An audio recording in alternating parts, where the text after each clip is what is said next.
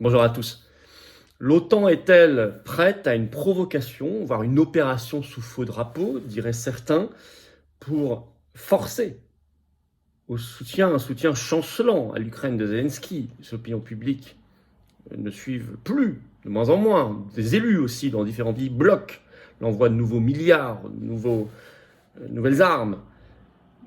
Et nous avons une série de déclarations troublantes. Alors, d'un chef d'État, le président de Biélorussie. Chacun les prendra comme il le souhaite. En tout cas, elles sont précises. On va quand même y revenir. Des lignes rouges sont franchies. Ça, c'est absolument certain. Inédit, inquiétant. Ce 26 février, d'ailleurs, Macron réunit à l'Élysée des chefs d'État et de gouvernement pour tout cela.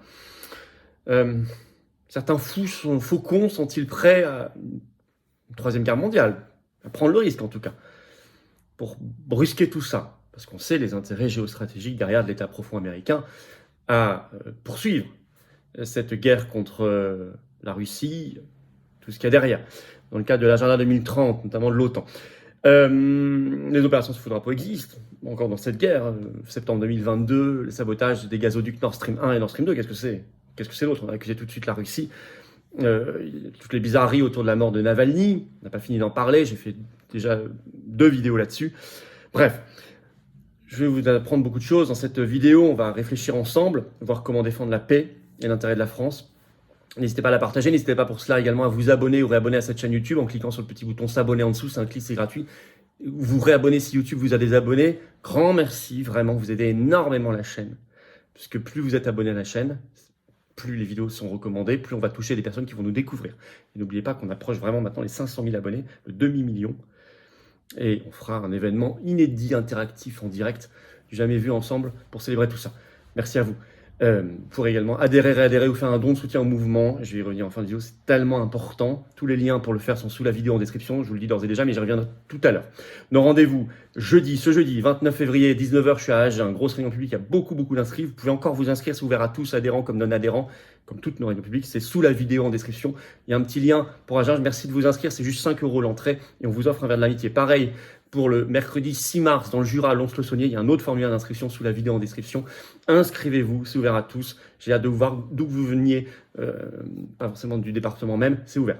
Voilà. Et j'ai hâte de vous voir. Européenne 2024, je suis évidemment candidat pour le Frexit 9 juin, dans le grand rassemblement souverainiste. Et Tour de France de la liberté. Allez, on y va. L'OTAN prépare-t-elle une provocation pour déclencher la troisième guerre mondiale, prendre le risque, en tout cas faire pression sur des élus, sur des opinions publiques. Ce 26 février, Macron reçoit une vingtaine de chefs d'État et de gouvernement à l'Élysée. On va y revenir. Des lignes rouges sont franchies, des bizarreries sont faites, des révélations également, dans un contexte où il y a eu beaucoup déjà d'opérations bizarres. La plus effrayante, c'est le sabotage fin septembre 2022 des gazoducs Nord Stream 1 et Nord Stream 2 en mer Baltique. Alors d'abord, les révélations choc du président de Biélorussie. Il les a faites en public le 20 février, c'est tout récent. Le président biélorusse Alexandre Loukachenko. Il réunissait les cadres des agences de sécurité de son pays et il dit, je cite, « L'OTAN travaille à une opération sous faux drapeau en Pologne. » Il ajoute, « dirigée contre les civils et imputée à la Russie et à la Biélorussie. » Il ajoute, « Nous sommes littéralement submergés d'informations relatives à une future troisième guerre mondiale.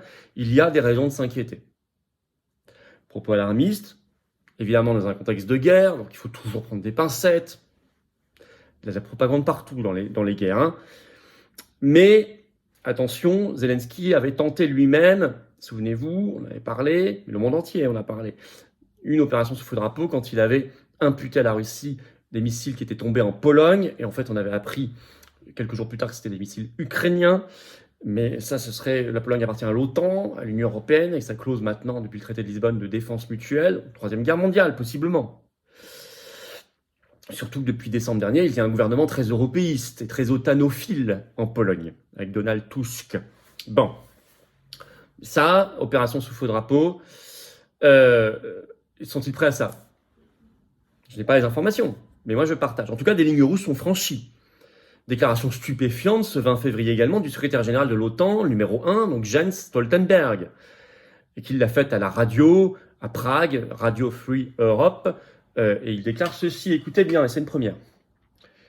Je le cite, le numéro 1 de l'OTAN.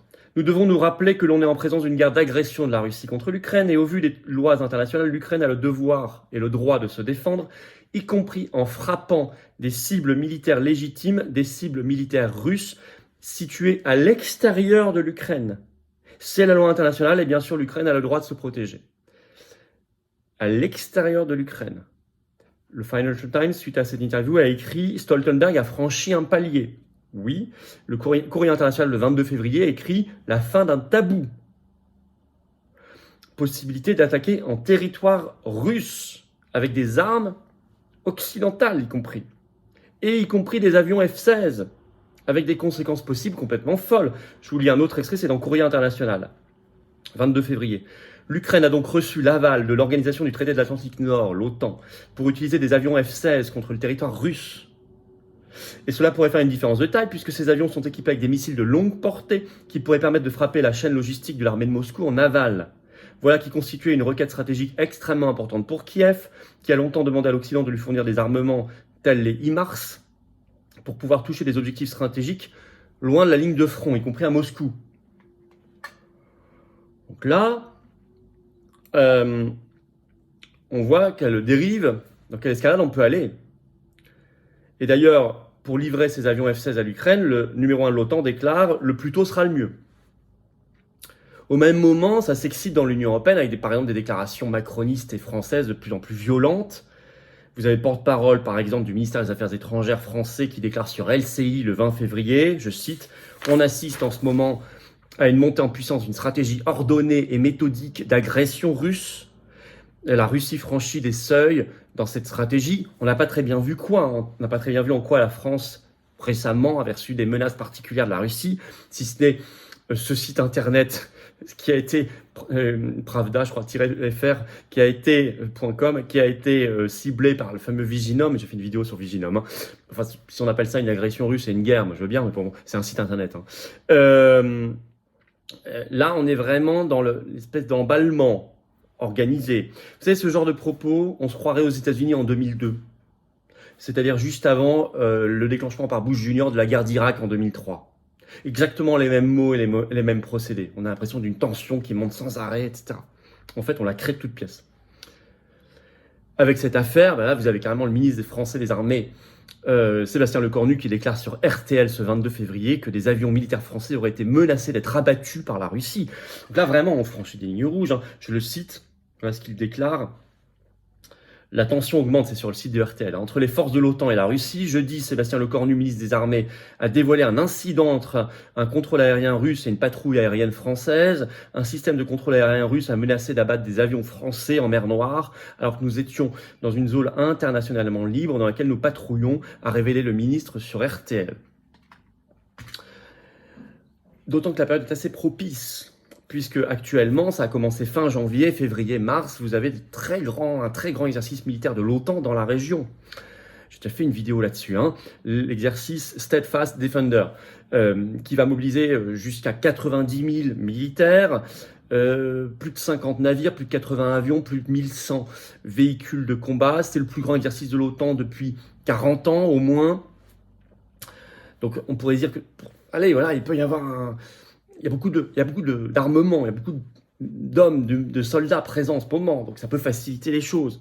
Opération directe, faux drapeau, provocation, tout est possible. Puis ensuite, l'engrenage, nul ne sait où il s'arrête. Hein. Alors, pourquoi il ferait ça là, maintenant? Pourquoi cette fuite en avant folle? Il y a deux raisons principales. D'abord parce que c'est la déroute en Ukraine et pour Zelensky. Ça, on l'avait analysé depuis le début. Il faut par exemple aller dans la presse belge, l'Écho, ce 20 février, qui titre « Le scénario d'une défaite de Kiev revient en force ». Le 16 février, la Russie a repris la ville d'Avdiivka. L'Écho ajoute « L'Ukraine perd du territoire ». Il y a des tensions dans la sphère politico-militaire en Ukraine. Zelensky est de plus en plus remis en cause à l'intérieur même de l'Ukraine. Ça, on ne vous le dit pas ici. Quasiment pas. Donc il y a ce contexte-là. Et puis, parce qu'il y a une terreur prodigieuse de l'État profond face à la dynamique de Donald Trump dans la présidentielle américaine de 2024. Et ce sont les Trumpistes qui bloquent l'aide américaine de 60 milliards de dollars au Congrès depuis des mois et des mois. Donc est-ce qu'ils voudraient faire un choc tel, un choc énorme sur l'opinion publique pour forcer ces élus à lâcher les 60 milliards? Parce que les pays de l'Union européenne peuvent bien faire l'agitation qu'ils veulent. Les moyens financiers, militaires et le leadership, il est là-bas. Et si Trump est élu en novembre prochain, terminé tout ça. Alors vous avez Macron qui fait un bon toutou Atlantis, qui réunit ce 26 février à l'Élysée la conférence de l'Élysée avec une vingtaine de dirigeants internationaux pour apporter de plus en plus de milliards. Milliards, vous savez, quand on donne des milliards, on les prend, par exemple, sur nos agriculteurs, nos hôpitaux, nos écoles, notre sécurité, enfin tout. Nos retraites, tout, évidemment. Je rappelle qu'au Parlement européen, il y a quelques semaines, 100% des eurodéputés français de LFI au RN, en passant par les Verts, le LR, PS, macroniste, bien sûr, PCF, tout ça, 100% de ces partis-là ont voté et 100% de leurs élus. Tous, sans exception, toutes et tous ont voté les 50 milliards à Zelensky, donc à la guerre, avec perspective d'adhésion de l'Ukraine à l'Union européenne, et la concurrence déloyale incroyable que ça créerait, notamment. Donc on ne peut pas leur faire confiance, voilà. Alors attention aux faux drapeaux, on est dans un moment critique pour l'OTAN qui perd. Dans les moments critiques, vous savez, sont toujours les plus dangereux.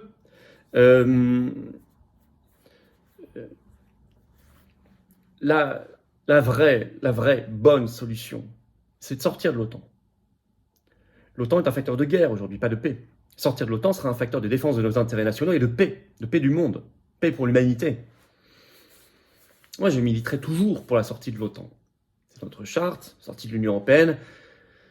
Tous les organismes supranationaux qui vont vers les tensions, vers la peur, vers les mesures liberticides et vers la guerre. On se bat à fond. On se bat à fond.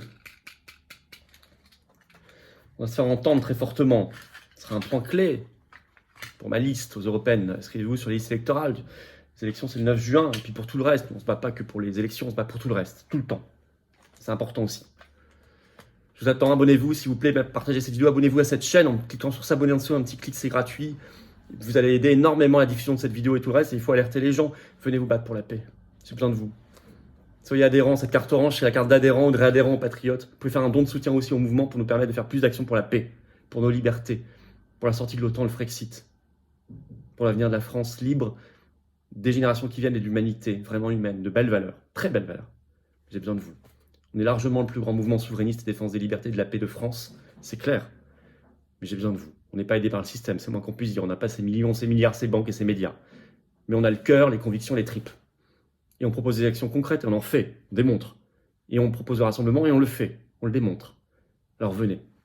Début de semaine, c'est le bon moment pour adhérer, réadhérer, ou faire un don de soutien pour aider à faire plus d'actions. Adhérer, réadhérer, premier lien sous la vidéo en description pour le faire. Ce lien, je l'ai mis également en commentaire épinglé pour vous aider. Il apparaît sur l'écran maintenant par une petite fiche et dans quelques secondes, un lien sur l'écran. Vous choisissez.